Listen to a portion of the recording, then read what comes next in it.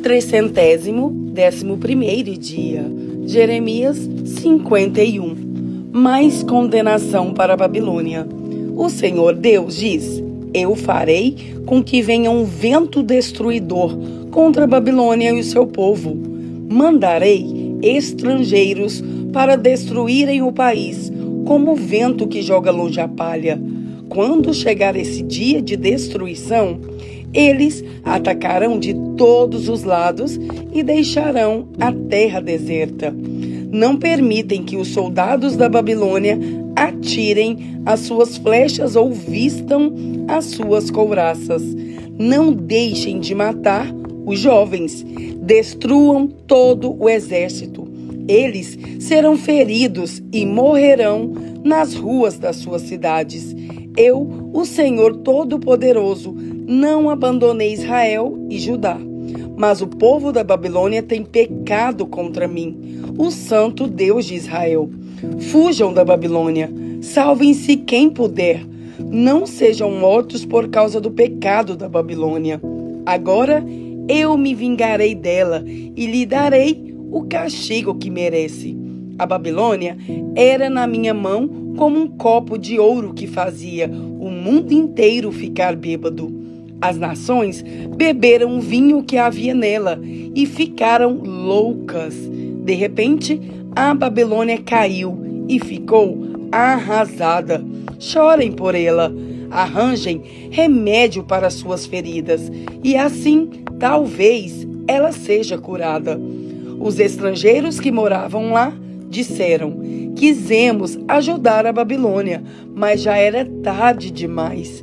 Vamos sair e voltar cada um para sua pátria. Deus castigou com toda a sua força a Babilônia e a destruiu completamente. O Senhor Deus diz: o meu povo grita assim. O Senhor mostrou que estamos certos. Vamos a Jerusalém contar ao povo o que o Senhor nosso Deus tem feito.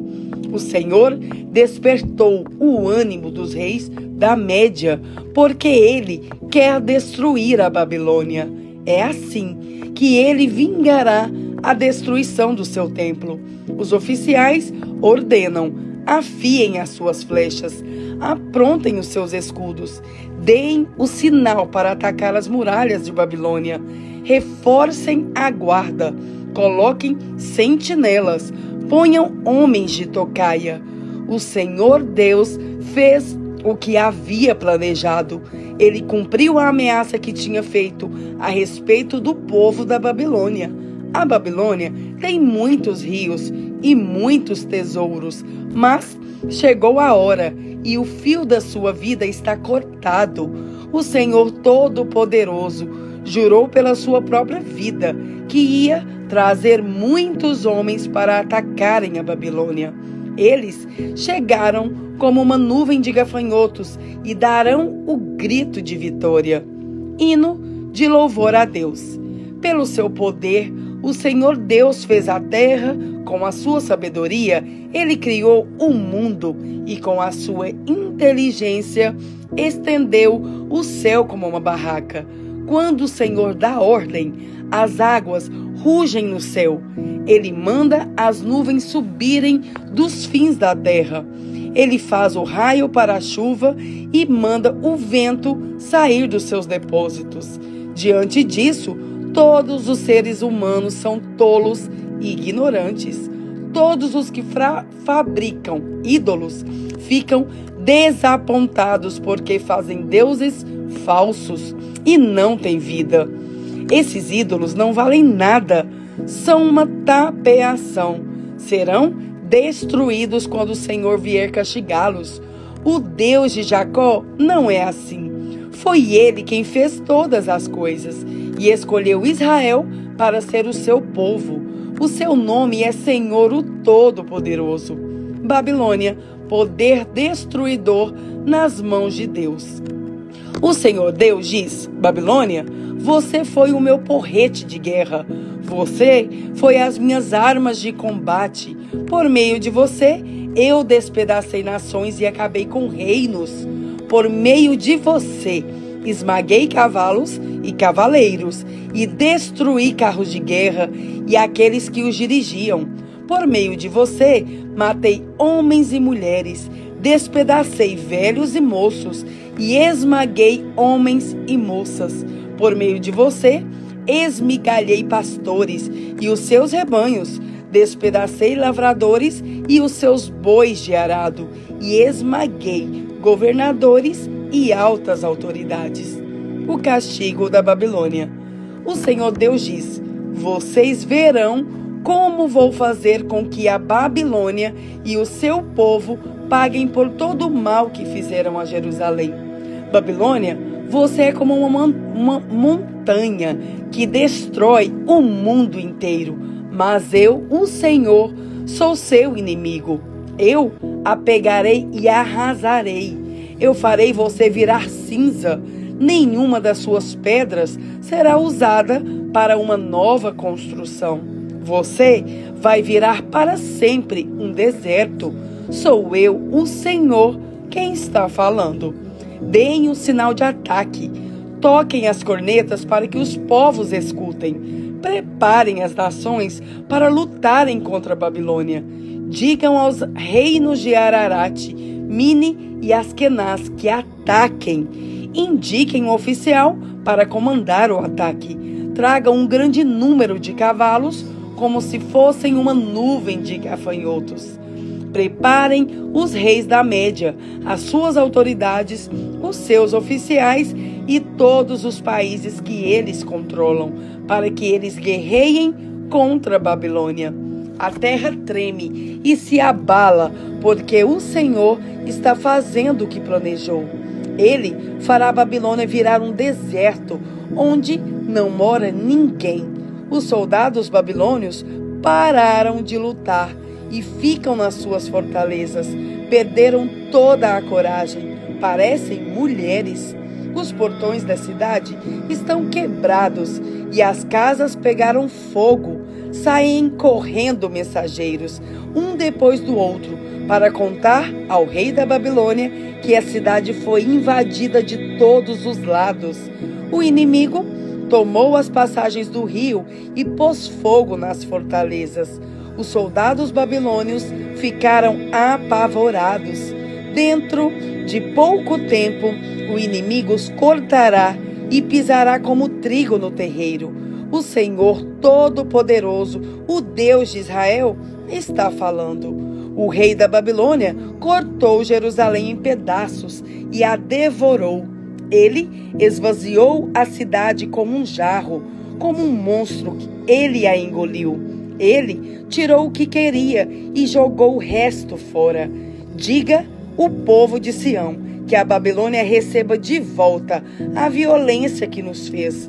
E diga ainda o povo de Jerusalém que a Babilônia seja castigada pelo que sofremos. Deus ajudará Israel. Assim diz o Senhor Deus ao povo de Jerusalém: defenderei a causa de vocês e os vingarei. Secarei a fonte de água da Babilônia e farei com que os seus rios sequem. Então Babilônia se tornará um montão de pedras, onde vivem animais ferozes. Será um espetáculo horrível. Ninguém vai morar lá. E todos os que olharem para a Babilônia ficarão horrorizados por causa do que aconteceu com ela. Todos os babilônios rugem como leões e rosnam como leãozinhos. Será que eles são esganados? Farei uma festa para eles. Eu os embriagarei e alegrarei. Aí eles dormirão e nunca mais acordarão. Eu os levarei para serem mortos, como se fossem cordeiros, bodes e carneiros. Eu, o Senhor, estou falando. A queda de Babilônia. O Senhor Deus diz: Babilônia, a cidade que era admirada em todo o mundo, foi tomada. Que espetáculo horrível ela se tornou para as outras nações. O mar rolou sobre Babilônia e a cobriu com ondas violentas. As cidades estão arrasadas, são como um deserto sem água, onde ninguém mora e por onde ninguém passa. Eu castigarei Bel, o deus da Babilônia, e farei com que ele devolva as coisas que roubou. As nações não o adorarão mais. As muralhas de Babilônia caíram. Povo de Israel, fuja de lá. Que cada um salve a sua vida do fogo da minha ira. Não percam a coragem, nem fiquem com medo das notícias que ouvirem. Cada ano se espalha uma notícia diferente. São notícias de violência na terra e de um rei lutando contra outro. E assim está chegando a hora em que vou castigar os ídolos da Babilônia. Os moradores da sua terra ficarão com vergonha por causa da derrota e todos serão mortos. Quando Babilônia cair e for destruída pelo povo que vem do norte, então tudo que existe no céu e na terra cantará de alegria. Babilônia matou gente em todo o mundo e agora ela cairá porque matou tantos israelitas. Eu, o Senhor, estou falando. Mensagem aos judeus da Babilônia. O Senhor diz: meu povo que está na Babilônia, vocês escaparam da morte. Agora andem, não fiquem esperando. Embora estejam longe de casa, pensem em mim, o Deus de vocês, e lembrem de Jerusalém. Vocês dizem: estamos envergonhados porque fomos insultados. Estamos humilhados porque os estrangeiros invadiram os lugares santos do templo. Por isso, digo que está chegando a hora em que vou castigar os ídolos da Babilônia, e os feridos vão gemer, espalhados pelo país inteiro. Mesmo que a Babilônia pudesse subir até o céu e construir ali uma fortaleza, ainda assim eu mandaria gente para destruí-la. Eu, o Senhor, estou falando. A destruição de Babilônia. O Senhor Deus diz: escutem os gritos em Babilônia, gente chorando por causa da destruição que há no país. Estou destruindo Babilônia e fazendo com que ela fique quieta. Como ondas violentas, os exércitos invadem e atacam com gritos barulhentos. Vieram para destruir Babilônia. Os seus soldados são presos e os seus arcos e as suas flechas são quebrados. Eu, o Senhor, sou Deus que castiga o mal. Eu vou tratar Babilônia do jeito que ela merece. Farei com que os seus governantes fiquem bêbados e também os seus sábios, as suas autoridades e os seus soldados. Eles vão dormir e nunca mais vão acordar. Sou eu, o Rei, quem está falando. O meu nome é Senhor, o Todo-Poderoso. As grossas muralhas de Babilônia serão completamente arrasadas e os seus altos portões serão destruídos pelo fogo. Todo o trabalho dos povos não vale nada. Os esforços das nações se acabam nas chamas. O Senhor Todo-Poderoso falou. A mensagem de Jeremias é enviada à Babilônia. Seraías, filho de Nerias e neto de Maazéias, era o oficial ajudante do rei Zedequias de Judá. No 4º ano do reinado de Zedequias em Judá, Seraías estava de saída para a Babilônia, e então eu lhe dei algumas ordens. Escrevi num livro como a Babilônia ia ser destruída e todas as outras coisas que iam acontecer com ela. E disse a Seraías: quando você chegar à cidade de Babilônia, faça questão de ler em voz alta tudo o que está escrito aqui. Depois, ore assim: ó Senhor Deus, tu disseste que vais destruir este lugar, de tal modo que aqui não ficará nenhum ser vivo, nem pessoas, nem animais. A cidade será como um deserto para sempre. Quando você acabar de ler para o povo este livro, amarre uma pedra nele e jogue-o. Jeremias 52. A queda de Jerusalém. Zedequias tinha 21 anos de idade quando se tornou rei de Judá e reinou 11 anos em Jerusalém. A sua mãe se chamava Amutal, filha de outro Jeremias, que vivia na cidade de Libna. O rei Zedequias pecou contra Deus o Senhor, fazendo o que era errado, como o rei Jeoaquim também havia feito. O Senhor ficou muito irado com o povo de Judá e de Jerusalém, e por isso fez com que fossem levados como prisioneiros. Zedequias se revoltou contra o rei da Babilônia. No ano 9º do reinado de Zedequias em Judá, no dia 10 do 10º mês, o rei Nabucodonosor da Babilônia veio com todo o seu exército e atacou Jerusalém. Eles acamparam fora da cidade e construíram torres em volta para cercá-la. A cidade ficou cercada até o ano 11 do reinado de Zedequias. No dia 9 do 4º mês daquele mesmo ano, a fome apertou na cidade. O povo não tinha nada para comer. Quando os babilônios abriram brechas nas muralhas, todos os soldados judeus tentaram fugir durante a noite. Embora a cidade estivesse cercada, foram pelo caminho do Jardim Real, atravessaram o portão que liga as duas muralhas e fugiram na direção do Vale do Jordão. Mas o exército dos babilônios perseguiu o rei Zedequias e o prendeu na planície de Jericó.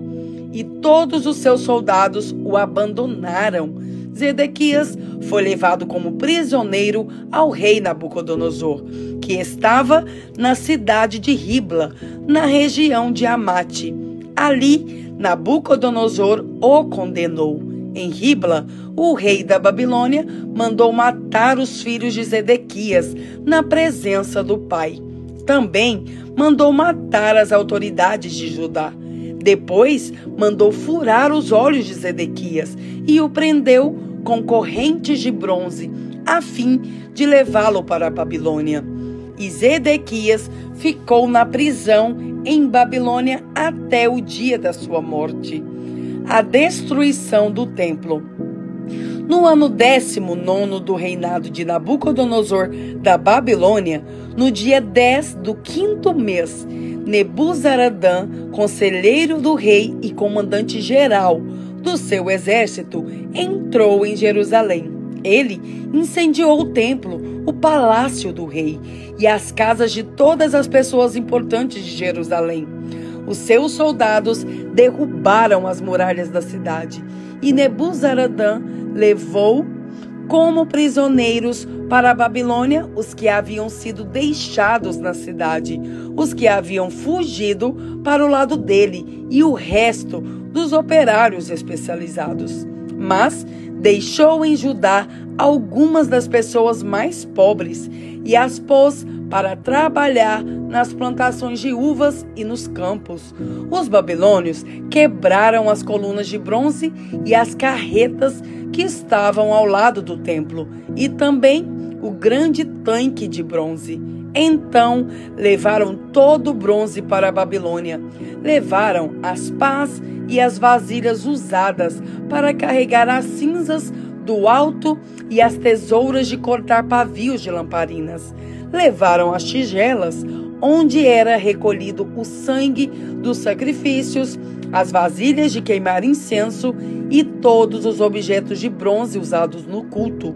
Levaram todas as peças feitas de ouro ou de prata, as vasilhas pequenas, os pratos de carregar brasas, as tigelas em que era recolhido o sangue dos sacrifícios, as vasilhas para cinza, os candeeiros, as vasilhas de incenso e os vasos usados nas ofertas de bebidas. Não foi possível calcular o peso dos objetos de bronze que o rei Salomão havia feito para o templo, isto é, as 2 colunas, as carretas, o grande tanque e os 12 bois que o sustentavam. As 2 colunas eram iguais. Cada uma tinha 8 metros de altura por 5 metros e 35 centímetros de circunferência. Eram ocas e a grossura do metal era de 10 centímetros. No alto de cada coluna havia um remate de bronze, que media 2,20 metros de largura. Em toda a volta do remate havia um enfeite rendilhado e com romãs. Tudo isso também era de bronze. No enfeite rendilhado de cada coluna havia 100 romãs, sendo que 96 delas podiam ser vistas do chão. O povo de Judá é levado para a Babilônia. Nebuzaradan, o comandante-geral, também levou como prisioneiro Seraías, o grande sacerdote, e Sofonias, o segundo sacerdote, e os 3 outros oficiais de importância no templo. Da cidade, ele levou o oficial que tinha sido comandante das tropas, 7 conselheiros do rei que ainda estavam lá, o oficial encarregado de alistar homens para o exército e mais 70 homens importantes. Nebuzaradan os levou ao rei da Babilônia, que estava na cidade de Ribla, na terra de Amate.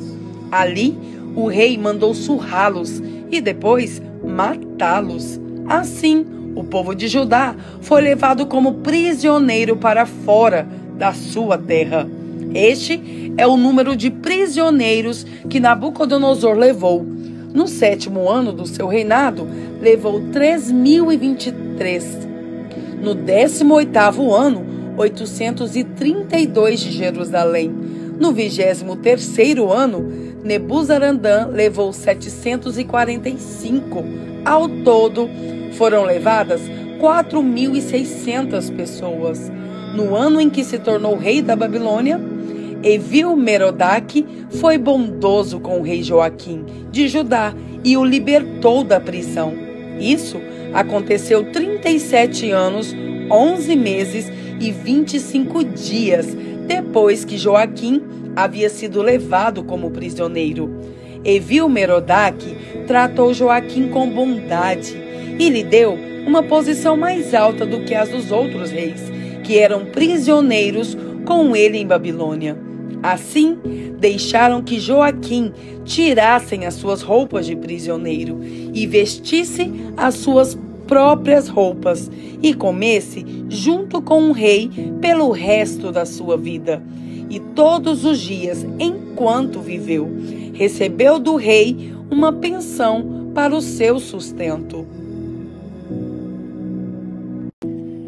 Filemon 1. Saudação. Eu, Paulo, prisioneiro por causa de Cristo Jesus, junto com o irmão Timóteo, escrevo a você, Filemon, nosso amigo e companheiro de trabalho, e à igreja que se reúne na sua casa. Esta carta vai também para nossa irmã Áfia e para Arquipo, nosso companheiro de lutas. Que a graça e a paz de Deus, o nosso Pai, e do nosso Senhor Jesus Cristo estejam com vocês. A fé e o amor de Filemon. Meu caro Filemon, sempre que eu oro, lembro de você e agradeço ao meu Deus, porque tenho ouvido falar do seu amor por todo o povo de Deus e da fé que você tem no Senhor Jesus. Peço a Deus que a fé que une você a nós faça com que compreendamos mais profundamente todas as bênçãos que temos recebido na nossa vida, por estarmos unidos com Cristo. Meu caro irmão, o seu amor tem me dado grande alegria e muita coragem, pois você tem animado o coração de todo o povo de Deus.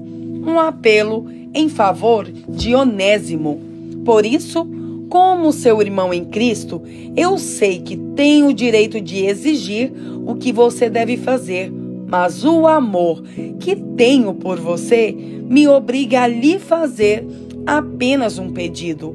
E faço isso, embora eu seja Paulo, o representante de Cristo Jesus e agora também prisioneiro por causa dele. Portanto, eu lhe faço um pedido em favor de Onésimo, que é meu filho, por estarmos unidos com Cristo. Pois, enquanto eu estava na cadeia, tornei-me o pai espiritual dele. Antes, ele era inútil para você, mas agora é útil para você e para mim. Eu estou mandando Onésimo de volta para você, e com ele vai o meu coração. Gostaria de obrigá-lo a ficar aqui comigo, enquanto estou nesta cadeia por causa do Evangelho, a fim de que ele me ajudasse em lugar de você. Porém, não vou fazer nada sem a aprovação de você, para que o favor que eu lhe estou pedindo não seja feito por obrigação, mas por sua livre vontade. Pode ser que Onésimo tenha sido afastado de você por algum tempo, a fim de que você o tenha de volta para sempre, pois agora ele não é mais um escravo, porém, muito mais do que isso, é um querido irmão em Cristo. De fato, para mim, ele é muito querido, e para você, agora, ele é mais querido ainda, não só como escravo, mas também como irmão no Senhor. Por isso, se você me considera seu companheiro de trabalho, receba Onésimo de volta, como se estivesse recebendo a mim mesmo. Se ele deu algum prejuízo a você, ou lhe deve alguma coisa, ponha isso na minha conta. Aqui, com a minha própria mão, escrevo isto.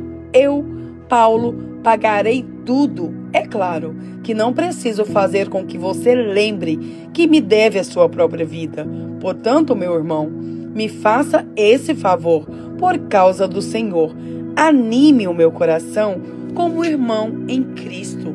Ao escrever isso, estou certo de que você vai fazer o que estou pedindo e sei até que você fará ainda mais. Peço também que prepare um quarto para mim, pois espero que Deus responda às minhas orações de todos vocês e me deixe ir outra vez até aí. Saudações. Epáfras, o irmão que está na cadeia comigo por causa de Cristo Jesus, envia saudações a você. E Marcos, Aristarco, Demas e Lucas, meus companheiros de trabalho, também enviam saudações.